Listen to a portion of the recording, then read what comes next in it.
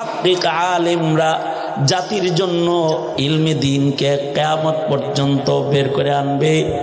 কারণ কিয়ামত পর্যন্ত যত সমস্যা আসবে সকল সমস্যার সমাধান আল্লাহ তাআলা বিশ্ব নবীর ইলমের আমানত কোরআনে কারীমের ভেতরে আল্লাহ তাআলা রেখে দিয়েছে। সব কি আর উপরে থাকে নাকি? কিছু ভিতরেও থাকে। কি ভিতরে থাকে? কোন জায়গায় আছে? কয়ে তাহলে বুখারী শরীফে যে নবীজির ইতিকাফের আলোচনা আছে, হালতে ইতিকাফে আল্লাহর রাসূল সাল্লাল্লাহু আলাইহি ওয়াসাল্লাম রমজান মাসে মসজিদে ইতিকাফ করতেন। আর তখন নবীজি ইতিকাফ অবস্থায় নিজের সর মুবারক মাথাকে জানালা দিয়া হুজরায় আয়েশায় বাইর করে দিতেন। আর উম্মুল মুমিনিন হালতে হায়েজে নবীজির মাথাকে ধুইয়া দিতেন। মাইতের দাম কি এত বেশি হয়ে গেছে যে নবীর মাথা হালতে হায়েজে ধোয়া যায় আর মাইত ধোয়া যাইব না? নবীজির এক আমল তো সারা দুনিয়ার মানুষের জন্য হিদায়াত। এ কারণেই ভাতও মহিলারা হায়েজের হালতে রান্না করতে পারে, এ কারণেই হালতে হায়েজে মাছও করতে পারে, তরকারিও রানতে পারে, ডালও রান্না করতে পারে। যদি দললেই নাপাক হয়ে যাইত, এটা যদি শারীরিক নাপাক হালতের নাপাক হালত না হইয়া এটা যদি জিসমানি কোনো নাপাকি মহিলারা হয়ে যাইত, নাজাসাতুল আইন যদি হয়ে যেত, হুকমান নাজাসাত, যে তার বদন নাপাকের হালতে আছে, এই হালতে ইবাদত নাই। যদি নাজাসাতুল আইন হয়ে যেত তাহলে রোজার মাসে সেহরির সময় বেডি গোরান আর খাওয়ান নসিব হইতো না। যার ঘরে ঋতুস্রাব চলে মহিলা, এর হোটেলে যেয়ে বয়ে খাওয়ান লাগতো। মাসাইল তো মাসাইল, মাসাইলের জবাব জাগতিক জ্ঞান সব সায়েন্স একত্রিত করলেও একটা মাসআলা বের করা সম্ভব হবে না যতক্ষণ না পর্যন্ত কোরআন ও হাদিস থেকে উলামাদের নজর দিয়ে মাসাইলকে তালাশ না করা হবে। মুফতি আজম শফি রহমতুল্লাহ আলাইহি বলে গেছেন, এখন তো সোজা সোজা মাসালা আছে। এই মাসালার কথাটা উনি আরো 50 বছর আগে বলে গেছেন। মুফতি আজম বলে গেছেন, বিজ্ঞান যত উন্নত হবে মাসালার পেশ তত লাগবে, সুতরাং মুফতিরা সচ্চার হও, বেশি বেশি ফতোয়া লেখো। তো উনি বলছেন যে একটা সময় আসবে যখন অঙ্গ রিপ্লেসমেন্ট শুরু হবে।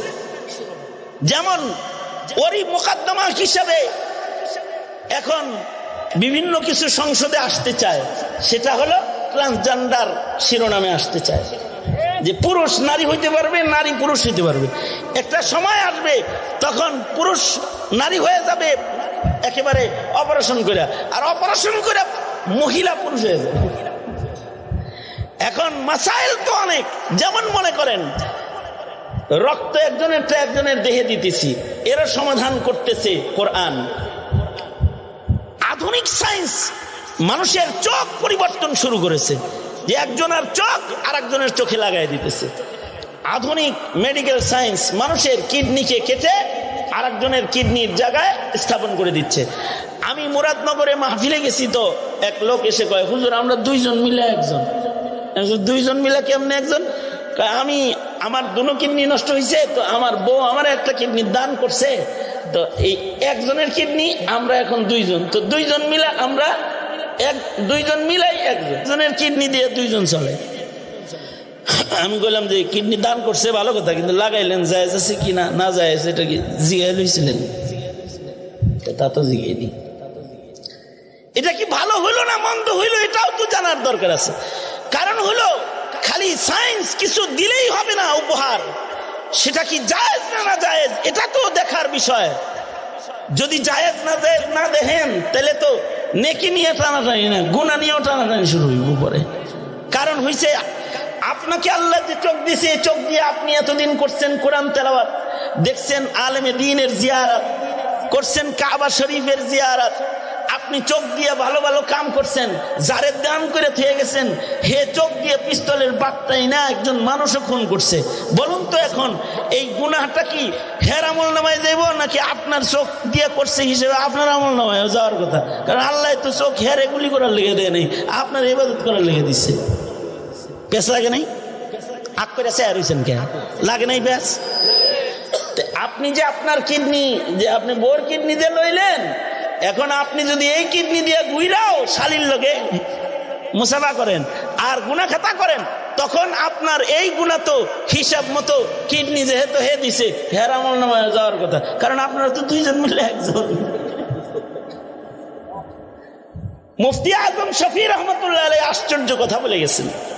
মুফতি আজম শফি রহমতুল্লাহ আলাইহি বলেন যে এমন একটা সমাজ আসবে যেই সমাজের মানুষ দারিদ্রতার কারণে শুধু রক্ত বিক্রি নয়, পুরুষাঙ্গ বিক্রি করে ফেলবে। মানে টাকা পয়সা নাই তো ধনির কাছে নুনু বেচে আলাইব আর কি, বুঝেন নাই কথাটা? মানে তার পুরুষ অঙ্গটাই একজনের কাছে বিক্রি করে ফেলেছে। আর আধুনিক বিজ্ঞান এটাও করবে যে একজনের অঙ্গ আরেকজনের জায়গায় গ্রুপ মিলায় সেটিং করে লাগবে। যদি রক্ত একজনের আরেকজনের গায়ে সচল করতে পারে, তাহলে একজনের অঙ্গ আর একজনের গায়ে চোখ যদি সেটিং করতে পারে, যদি কিডনি সেটিং করতে পারে, নুনু সেটিং করতে সমস্যাটা কি? এর চেয়েও বড় কথা দেখেন, দুই গাছরে এক গাছ বানায় আলাইছে। মানে এক গাছের এক ডালেই ধরবে লেবু, আর এক ডালে ধরবে পেয়ারা, এরকম অবস্থা। জোনাকির পোকার বাত্তি চিরা নিয়ে গাছের পাতার সাথে লাগাই দিছে। শুয়োরের হাড় কাইটা মানুষের হাড়ের ভিতরে লাগাই দিছে। নাজাসাতুল আইন যেটা, এটাকে মানুষের দেহের ভিতরে সেটিং শুরু করেছে। জায়েজ না না জায়েজ মাসালার তো জরুরত আছে। তুমি আর শুয়োর না, তুমি তো ইনসান। শুকরের হাড় কি তোমার হাড়ের জায়গায় নেওয়া তোমার জন্য বৈধ নাকি অবৈধ, এটাও তো জানার দরকার আছে। হায়াত তোমার এত দরকার, হায়াতটা তো আল্লাহর জন্য দরকার। আল্লাহ যদি তোমার হাট নিয়ে যায়, তুমি শুয়োরের হাট দিয়ে চললা কি করতে চাও দুনিয়াতে? শুয়ারগিরি করতে চাও নাকি ইবাদত বন্দি করতে চাও, কোনটা? তাই মুফতি আজম শফি রহমতুল্লাহ আলাইহি বলেছেন, মনে করো যে একজনের যে মেডিকেল সায়েন্স এখন ওই জায়গায় চলে গেছে যে পুরুষাঙ্গ কেটেও সেট করে হালাইছে, মনে করেন যে করে হালাইছে আর কি।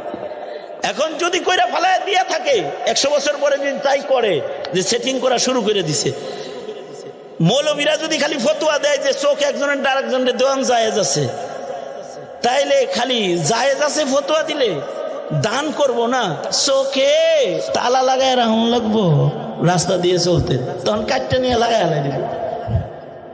কিডনি কাটটা নিয়ে অলরেডি লাগান শুরু হয়ে গেছে।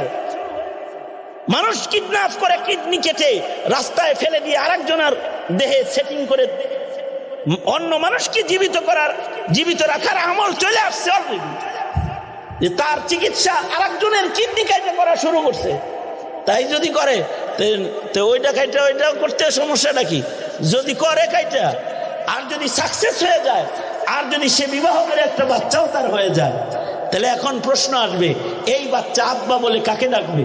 নুনুওয়াল্লাকে ডাকবে নাকি যার জৈবিক চাহিদা ব্যবহার হয়েছে তাকে ডাকবে? কার সন্তান হিসেবে গণিত হবে?